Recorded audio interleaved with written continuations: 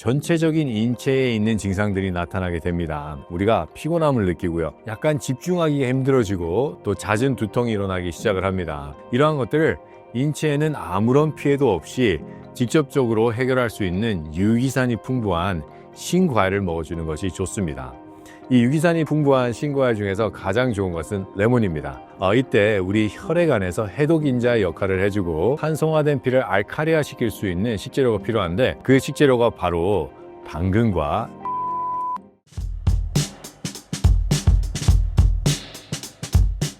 안녕하세요, 김명재 박사입니다.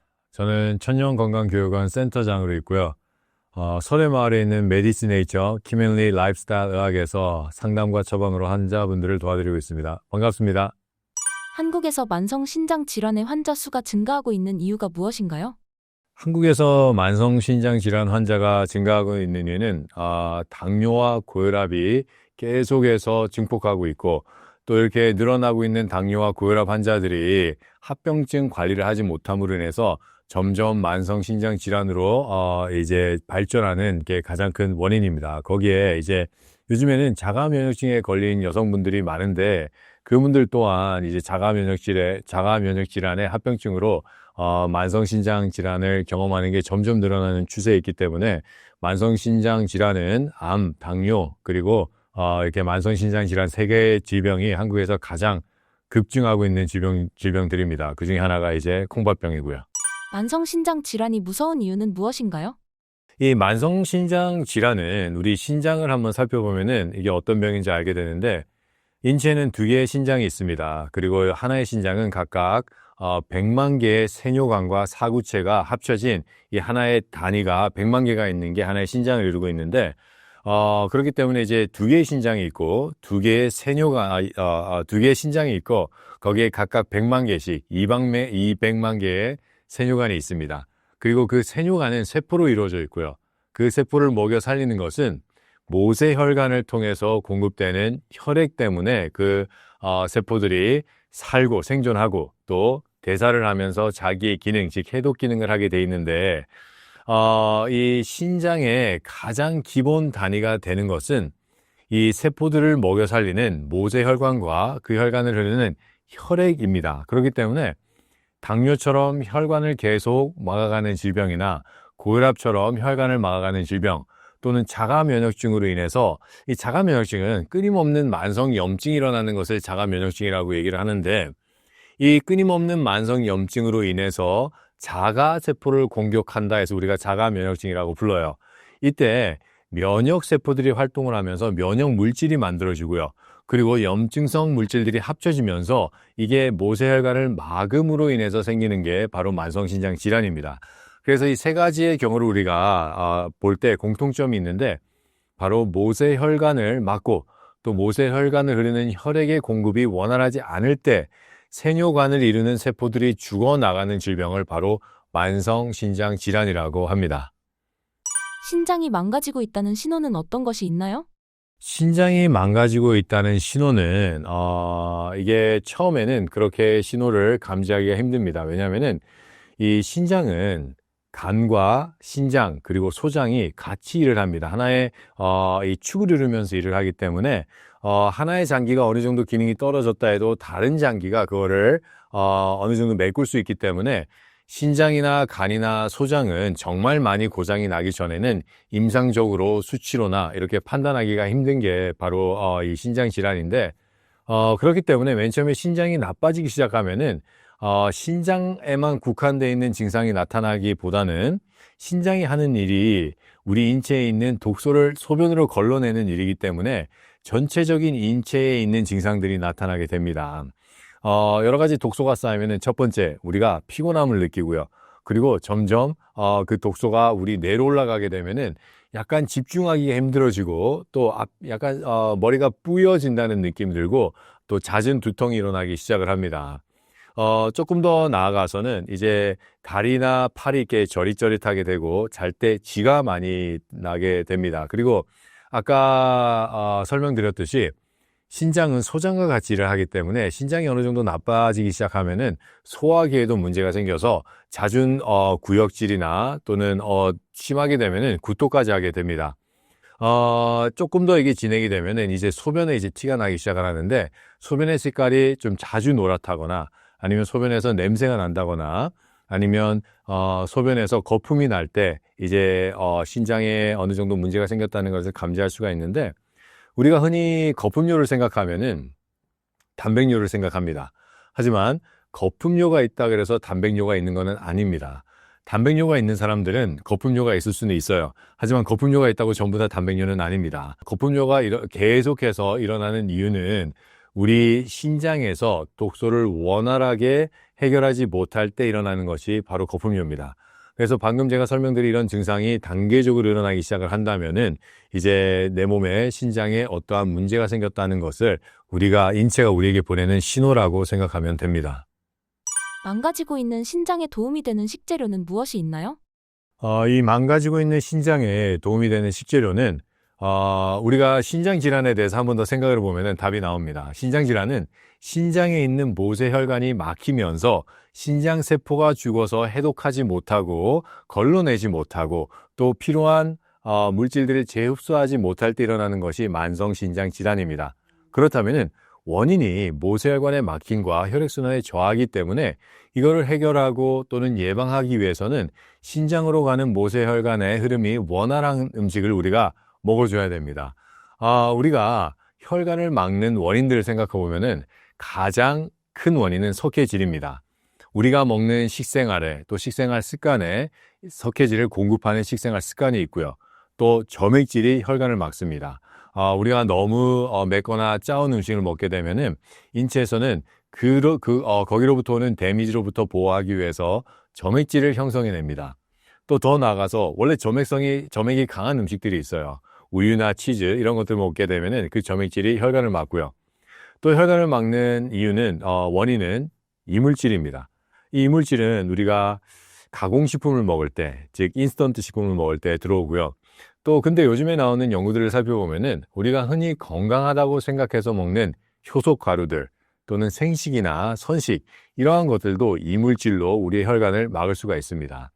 그래서 우리의 식생활에서 석회질, 점액질, 이물질 이 세 가지가 들어오는 음식, 즉 식생활 습관을 스탑을 하고 이러한 것들을 인체에는 아무런 피해도 없이 직접적으로 해결할 수 있는 유기산이 풍부한 신과일을 먹어주는 것이 좋습니다. 이 유기산이 풍부한 신과일 중에서 가장 좋은 것은 레몬입니다. 레몬에는 잘 알려진 대로 구연산도 있고요. 주석산도 있고 레몬산도 있고 포도산도 있고 아세트산도 있지만은 그 외에 또 4가지 더 총 9가지 정도의 유기산이 존재하고요. 이 유기산의 양 또한 오렌지나 사과보다는 4-5배가 훨씬 더 많이 들어있기 때문에 이 레몬에 있는 유기산은 우리 인체로 흡수가 돼서 신장으로 가는 모세혈관 막힘을 해결해주고 모세혈관의 혈액순환을 원활하게 해줄 수 있는 아주 좋은 식품입니다. 그래서 우리가 만성신장 질환을 예방하고 특히 당뇨 환자나 고혈압 환자나 자가면역증 환자들은 더욱더 신장 건강에 관리를 해야 되는데 그런 분들은 이 레몬을 습관적으로 먹어주는 습관을 기르면 아주 좋습니다. 건강한 신장 유지에 도움이 되는 과일은 무엇인가요? 과일 외에도 신장에 도움이 되는 식재료가 있는데 가장 좋은 식재료는 우리 혈액의 오염 상태를 해결할 수 있는 식재료여야 합니다. 신장 기능이 떨어지면은 신장의 해독 기능이 떨어지고 혈액에는 점점 독소가 축적이 되게 됩니다. 이때 우리 혈액 안에서 해독 인자의 역할을 해주고 산성화된 피를 알칼리화 시킬 수 있는 식재료가 필요한데 그 식재료가 바로 당근과 참깨입니다. 이 당근에는 칼슘이 아주 많습니다. 많은 분들이 당근을 생각하면 베타카로틴을 생각하는데 베타카로틴도 중요한 영양이지만은 더 중요한 거는 당근에 들어가 있는 칼슘입니다. 우리가 당근을 살아있는 형태로 먹게 된다면은 이 칼슘이 살아있는 형태로 우리 인체에 들어오게 됩니다. 칼슘은 미네랄이에요. 미네랄이나 비타민은 온도가 40도 이상이 되면은 파괴가 되기 시작을 합니다. 그래서 우리가 당근을 찌거나 삶게 되면은 그 안에서 꼭 필요한 칼슘은 대량 파괴가 되게 됩니다. 그렇기 때문에 우리가 식사를 할 때 당근을 먹어주면 상당히 좋은데 당근을 먹는 방법은 우리가 당근을 얇게 채를 썰면 됩니다. 당근이 딱딱하잖아요. 하지만 우리가 얇게 쓰면 쓸수록 씻기에 훨씬 더 용이하고요. 이렇게 얇게 쓴 당근에 올리브유를 좀 뿌린 다음에 소금을 소량 뿌려서 이렇게 묻혀주면은 좋은 밥 반찬이 됩니다. 그리고 또 이제 참깨가 칼슘 함량이 아주 많은데 이 칼슘은 강력한 해독인자이고 강력한 알칼리인자입니다.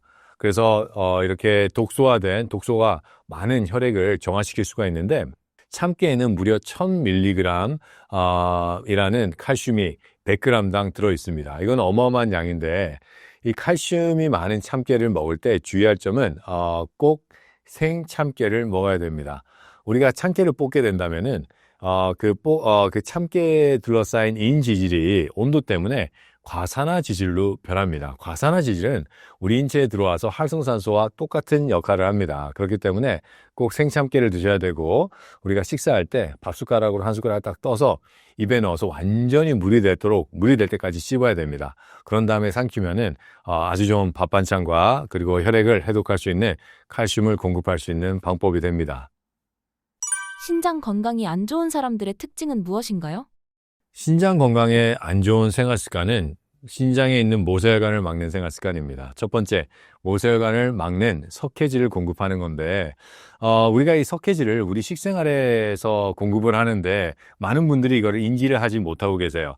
의학 논문을 살펴보면은, 인체에 있는 석회들의 원인은 첫 번째, 산화칼슘이고요. 두 번째는 산화된 비타민 D, 그리고 산화된 비타민 C, 그리고 소금입니다. 소금은 우리가 이제 NaCl이잖아요. 소디움과 염소, 산화된 소디움과 염소입니다.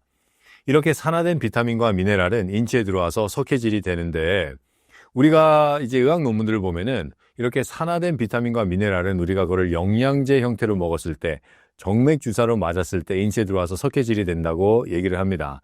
그런데 우리가 이런 논문에서 충분히 유추해 볼 수 있는 것은 우리가 먹는 식품에 산화된 칼슘과 산화된 비타민들이 있다면은 똑같은 기전으로 인체에 들어와서 석회로 존재하게 되는데 이게 언제 생기냐면은 채소를 가열할 때, 채소를 삶을 때 그 채소에 있는 비타민과 미네랄은 40도의 온도만 넘으면은 산화되기 시작을 합니다. 그렇기 때문에 우리가 채소를 많이 먹는 식단 좋습니다. 하지만 그 식단이 생채소가 아니라 삶은 채소의 비중이 커진다면은 충분히 우리 인체에 들어와서 석회질이 돼서 신장으로 가는 모세혈관을 막을 수가 있습니다.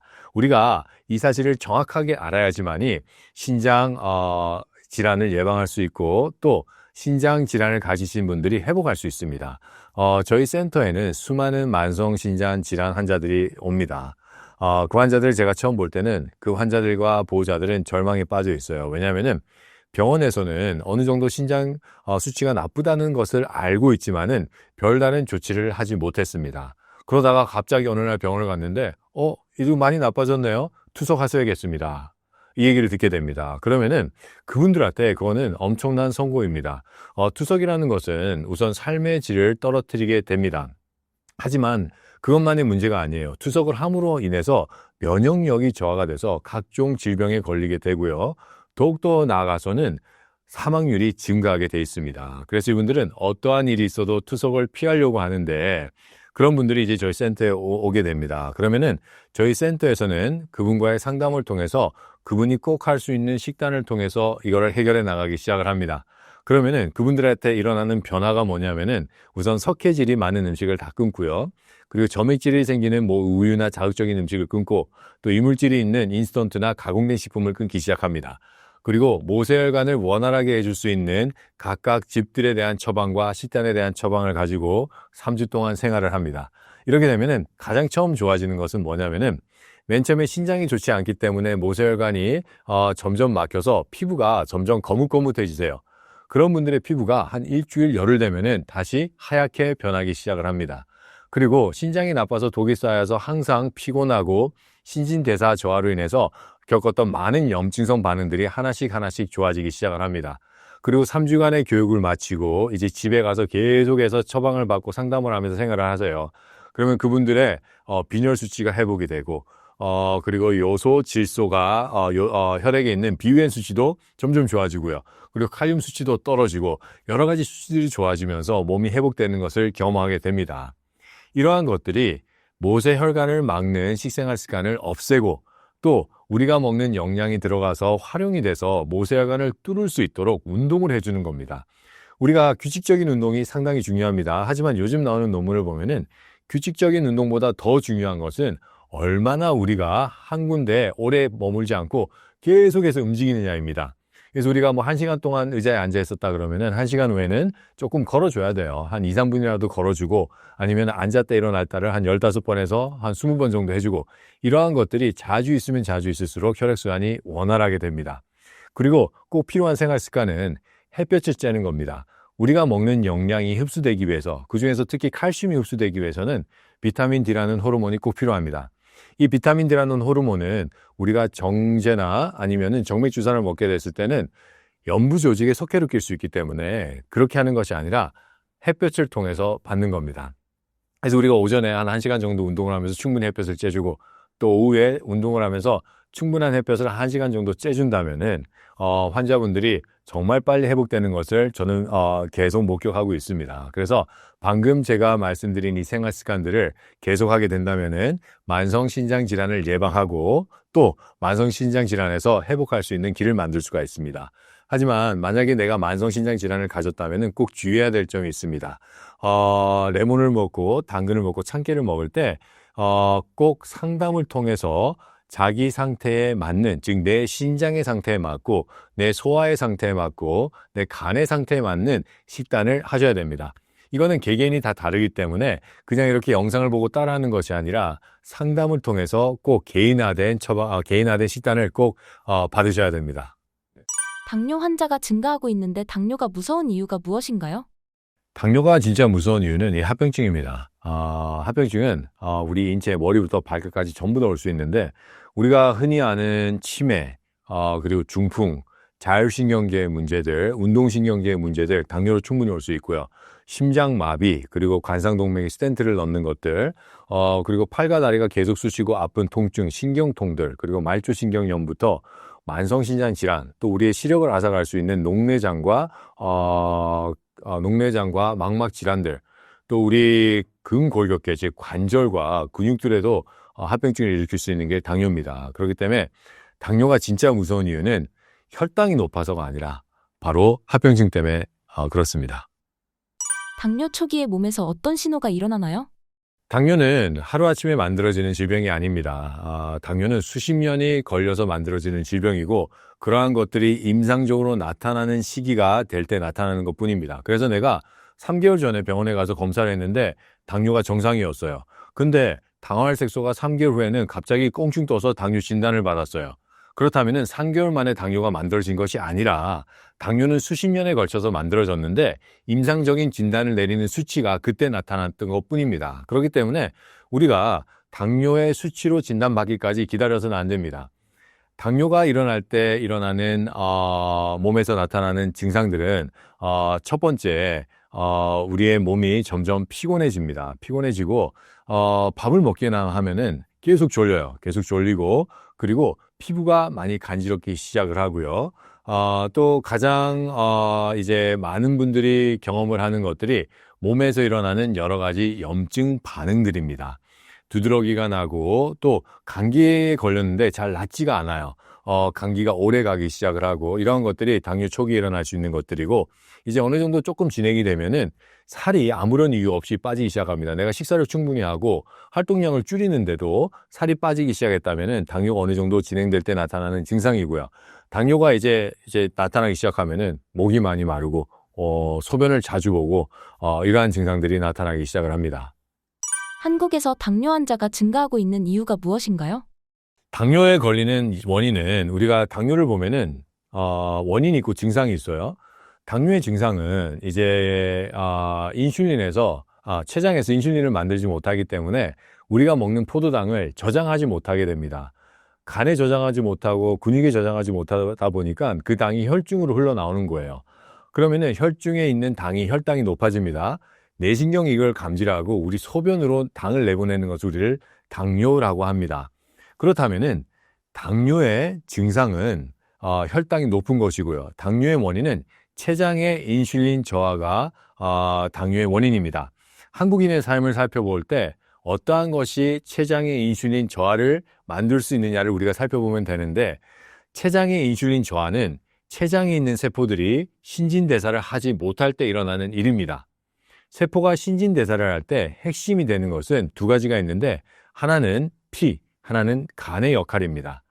우리 한국인의 삶에서 혈액순환을 원활하게 하지 못하고 혈액순환을 저하시키고 간을 힘들게 하는 것이 바로 당뇨의 가장 큰 원인인데, 첫 번째 혈액순환이 잘 안 되는 것은 혈관이 자꾸 막히는 식생활 습관을 하기 때문에 그렇습니다. 탄수화물을 많이 먹고 내 식단에서 삶은 채소의 비중이 점점 많아지고 또 맵고 짜은 음식이 많을 때 혈관은 막힐 수밖에 없습니다. 두 번째는 간을 피로하게 하는 건데, 간을 피로하게 하는 것은 자꾸만 소화 불량이 안 되는 식생활 습관입니다. 간식을 많이 하고 폭식하고 특히 야식을 많이 할 때 간은 쉬질 못합니다. 우리가 한 이틀만 밤을 새도 우리는 정말 골골합니다. 하지만 우리가 계속해서 야식을 하고 간식을 하게 된다면 간은 하루 이틀 쉬지 못하는 게 아니라 365일 쉬지 못하게 됩니다.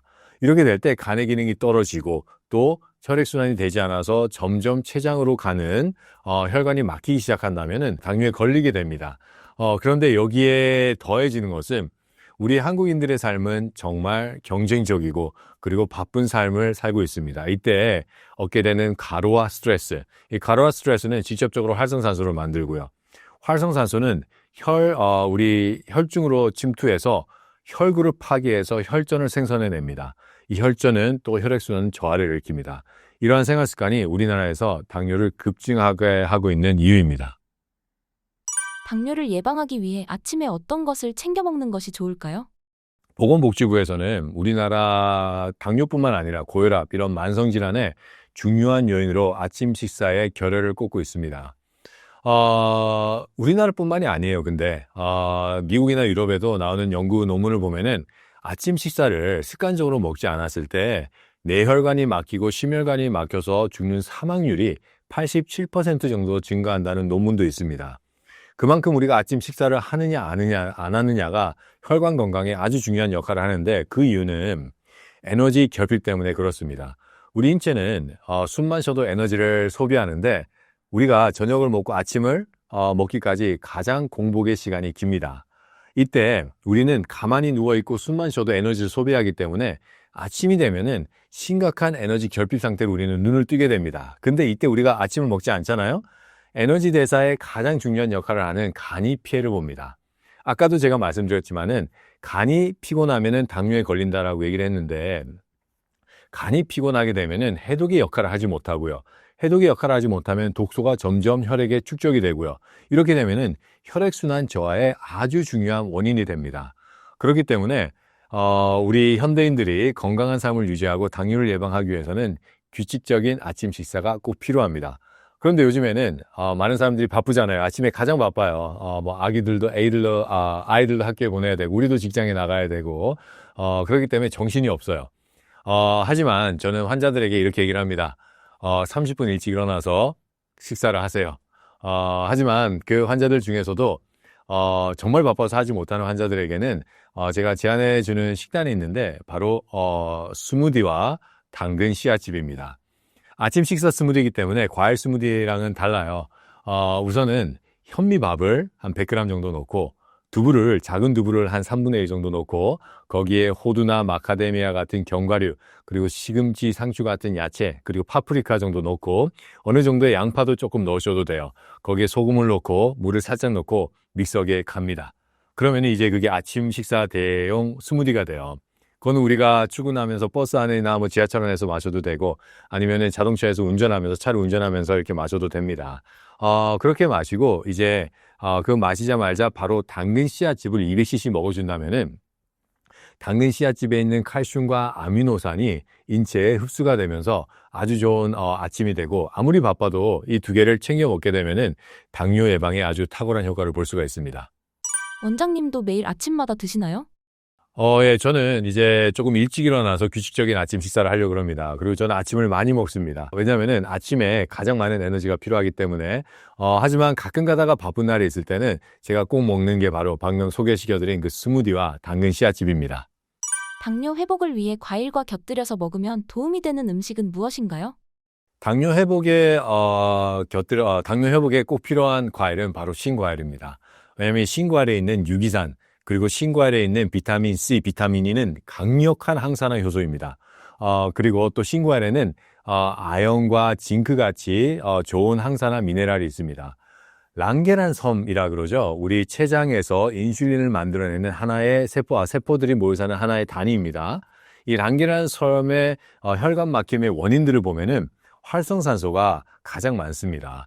이 활성산소를 해결하기 위해서는 항산화 효소를 먹어야 되는데 그 항산화 효소를 가장 많이 갖고 있는 것들이 신과일이고, 그리고 그 신과일이 가지고 있는 게 혈관 막힘을 해결할 수 있는 유기산입니다. 그렇기 때문에 당뇨 환자들은 신과일을 많이 먹어야 돼요. 습관적으로 우리가 이렇게 계속해서 신과일을 공급해 준다면은 당뇨 환자들이 가지고 있는 질병의 원인, 즉 췌장에서의 인슐린 저하를 해결할 수 있는 길을 만들어줍니다. 하지만 지금은 혈당의 고민 때문에 많은 분들이 과일 먹기를 꺼려합니다. 하지만 그렇지 않아요. 우리가 여기 한번 자세히 한번 들어봐 봐요. 혈당 조절을 아무리 철저히 하고 혈압 조절을 아무리 철저히 해도 당뇨 합병증은 옵니다. 그렇다면은 왜 오느냐를 생각해 봐야 되는데, 당뇨의 원인인 췌장 인슐린 저하를 해결하지 않기 때문에 혈관은 계속해서 막히는 겁니다. 혈당을 조절하고 혈압을 조절해도 혈관은 계속 막히기 때문에 눈으로 가는 혈관이 막혀서 망막질환과 녹내장이 오고, 신장으로 가는 혈관이 막혀서 신장병이 오고, 우리 심장으로 가는 혈관이 막혀서 심장 질환이 오고, 또 뇌로 가는 혈관이 막혀서 뇌혈관 질환들이 오는 겁니다. 합병증이 무서운 거지 혈당이 무서운 게 아닙니다. 여러분, 그렇기 때문에 신과일을 먹어야 됩니다. 그리고 당뇨 환자들은 신과일을 먹을 때 중요한 것은 상담을 통해서 자기에 맞는 양을 찾아 나가면서 점점 더 먹을 수 있는 몸을 만들어야 됩니다. 신과일과 같이 먹으면 도움이 되는 음식은 무엇인가요? 신과일과 곁들여서 먹었을 때 이제 도움이 되는 것은, 이제 같은 과일과를 먹어야 되는데 아무리 좋은 과일이라도 과일과 채소가 섞이게 된다면은 소화 불량을 일으킵니다. 이거는 이제 시간 때문에 그래요. 소화 시간이. 우리가 위에서 소화 시간이 한 2시간에서 2시간 반이 걸리는데 과일은 훨씬 더 빨리 소화가 돼요. 근데 과일과 다른 거를 이렇게 섞어 먹으면은 소화 시간이 다르기 때문에 덜 소화된 것들이 유문이 열리면서 나가게 돼서 소화 불량의 원인이 됩니다. 그래서 우리가 과일을 먹을 때는 꼭 과일과 과일, 그리고 신과일 먹을 때는 신과일끼리 먹고요. 당과일 먹을 때는 당과일끼리 먹는 게 좋습니다. 그래서 레몬과 같이 먹을 수 있는 가장 좋은 과일은 바로 석류입니다. 이 석류는 과일로만 따지면은 항산화 지수는 석류보다 높은 과일이 없어요. 그렇기 때문에 레몬과 석류를 같이 먹을 때는 이 항산화의 효과가 증폭이 됩니다. 그래서 우리 인체에 있는 활성산소를 아주 효과적으로 해결해 주는데, 이 두 가지를 먹을 수 있는 가장 효과적인 방법은 즙을 내서 먹는 겁니다. 레몬에 있는 유기산, 그리고 비타민 C, 비타민 E, 아연과 징크 같은 이 항산화 미네랄과 이 석류에 있는 항산화 요소들은 석류와 레몬의 섬유소 깊숙한 곳에 있습니다. 우리가 이거를 육즙만 내서 먹는다면은 그 섬유질 안에 있는 그 영양들, 인체를 정말 살리고 당뇨로부터 회복시킬 수 있는 영양을 먹지는 못해요. 그런데 이걸 우리가 녹즙기를 써서 먹는다면은 섬유소 안에 있는 이런 영양들을 쏙쏙 뽑아 먹는 게 됩니다. 그래서 가장 좋은 방법은 생즙을 내서 같이 이렇게 1:1 비율로 내서 먹는 방법입니다.